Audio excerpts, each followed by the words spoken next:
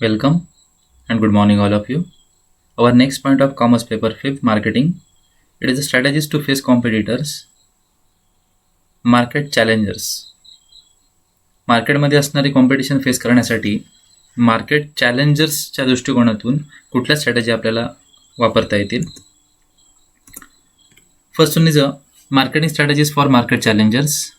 Market challenger are known as runner-up firms. They occupy second, third, and lower ranks in the industry.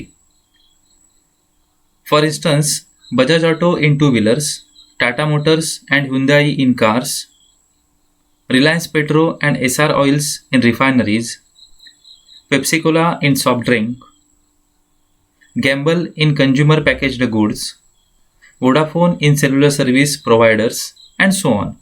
Market challengers are capable to attack the leader and other competitor. Some of their strategies. Market leader जो असतो तर त्याला attack करून त्याचा share आपल्याकडे capture करण्याची कुवत ही market चॅलेंजर्सकडे असते.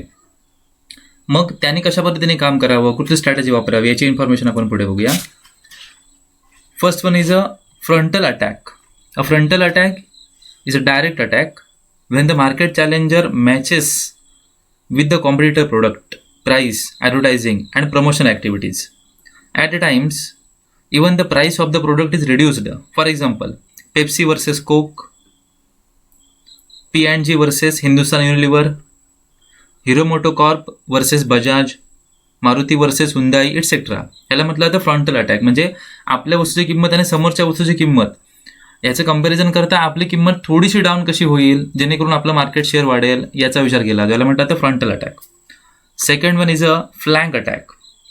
Here the challenger attacks the competitor on his weak areas in terms of two strategies dimension. First one is a geographical and segmental. The challenger spot the segment which the competitor has left untapped and try to cover that segment through its product and service. म्हणजे जो कमकुवत area असेल त्या एरियावरती attack करायचा आणि तिथला share capture करायचा. याला म्हटलं जातं flank attack. For example, Titan versus Timex, Apple versus Micromax, HP versus Dell etcetera. Next one is a encirclement. It means all round attack. The encirclement attack means attacking the market leader or competitor from all the fronts simultaneously. It is the combination of both the frontal and the flank attack. It forces the competitor to defend himself from all the sides simultaneously. This strategy is adopted to enjoy the long-term market dimensions. For example, ITC and Hindustan Unilever have successfully used this strategy. ITC कंपनीने आणि Hindustan Unilever कंपनीने अशा प्रकारची strategy वापरून मोठ्या प्रमाणावरती market capture केलेलं दिसतंय आपल्याला. म्हणजे सगळ्या बाजून त्या ठिकाणी अटॅक करायचा आणि मार्केटिंग वाढवायचं. Then next one is a bypass attack. The bypass attack is the indirect attack where in the market challenger does not attack the leader directly but broaden its market share by attacking the easier market. For example, Pepsi adopted this strategy when it launched its mineral water brand Aquafina very well before the Coca-Cola's mineral water brand.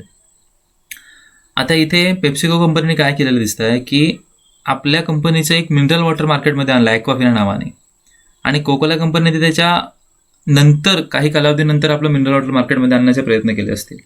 पण त्यांचा brand कमी करण्यासाठी, आपला brand वाढवण्यासाठी, आपला market share वाढवण्यासाठी त्यांनी सुरुवातीलाच ॲक्वाफिना आणला आणि मार्केटमध्ये ती विकायला सुरुवात केली.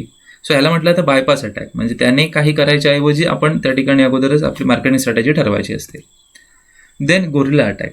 The guerrilla welfare is intermittent attacks imposed by the challenger to demoralize the competitor by adopting both the conventional and unconventional means of attack. Guerrilla attacks include selective price cut, intense promotional efforts, more effective service offers, occasional and legal actions. For example, Pepsi and Coca-Cola follow the strategy aggressively with the intention to harass each other. दोघांमध्ये हे competition आपल्याला दिसते की पेप्सिकोने किंमत कमी केली की Coca Cola company किंमत कमी करते. पेप्सिकोने आपल्या ज्या बॉटल्सची साईज समजा रिड्यूस केली तर कोकोला कंपनी रिड्यूस करते. पेप्सिको कंपनीने 20% एक्स्ट्रा द्यायचं म्हटलं तर कोकोला कंपनी 20% एक्स्ट्रा देते. म्हणजे एकमेकांमध्ये ह्या पद्धतीने ते कॉम्पिटिशन करत असतात. जसे प्राइस कट दुसऱ्याने केले तसे आपण पण कट करायचे. दुसरा स्ट्रॅटेजी वापरेल त्याच्या अगेन्स्ट आपण त्या ठिकाणी जाऊन काम करायचं. याला म्हटलं तर gorilla attack. So these are the same example of our marketing strategy to the market challengers. The next one is a specific attack strategies. Specific attack स्ट्रॅटेजीमध्ये काय येतं बघा, प्राइस डिस्काउंट स्ट्रॅटेजी म्हणजे किंमत त्या ठिकाणी कमी करून देणं. Offering a comparable product at a lower price. Then cheaper good strategy, offering average or low quality product at much lower price. कमी किमतीला त्या ठिकाणी आपण वस्तू द्यायची आहे पण त्याचं क्वालिटी पण त्या पद्धतीने कमी असेल. Then prestige good strategy, launching high quality product and selling them at premium price. म्हणजे वस्तूची क्वालिटी मोठ्या प्रमाणावरती वाढवायची आणि ती प्रीमियम प्राइस लावायची. म्हणजे समजा 100 रुपयाची वस्तू असेल तर ती अजून बेटर क्वालिटी देऊन त्या ठिकाणी ती 105 किंवा 110 रुपयाला आपण ती मार्केटमध्ये विकायची. Product innovation strategy, attacking the leader by launching a large number of product varieties to give buyers more choice. म्हणजे मोठ्या प्रमाणात त्या ठिकाणी आपल्या कस्टमरला आपण व्हरायटी देऊ शकतो आणि त्या पद्धतीने त्यांना आपण मार्केटिंगच्या थ्रू आपल्याकडे वळवू शकतो. Then improved service strategy, offering the customer new and better services with the same product. म्हणजे चांगल्या पद्धतीने चांगल्या क्वालिटी आपण त्यांना देणार पण त्याच्या व्यतिरिक्त नवीन काहीतरी आपण त्यांना सर्व्हिस देऊ आणि क्वालिटी कशी इम्प्रूव्ह केली आहे याबद्दल आपण त्यांना माहिती देऊ. Then distribution innovation strategy, attacking leaders by discovering new ways or channel of distribution. It means आता ऑफलाईन पूर्वीच्या पद्धतीने मार्केटिंग केलं जायचं, आता ऑनलाईन मार्केटिंग केलं जातं. अशा वेगळ्या कन्सेप्ट मार्केटमध्ये आपल्याला आणता येतील. Intensive advertising and promotion, attacking the leader by increasing advertising and promotional expenditure.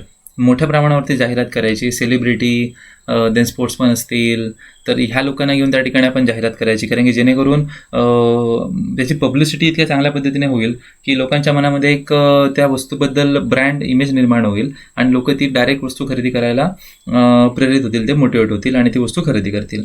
So these are some example of specific attack.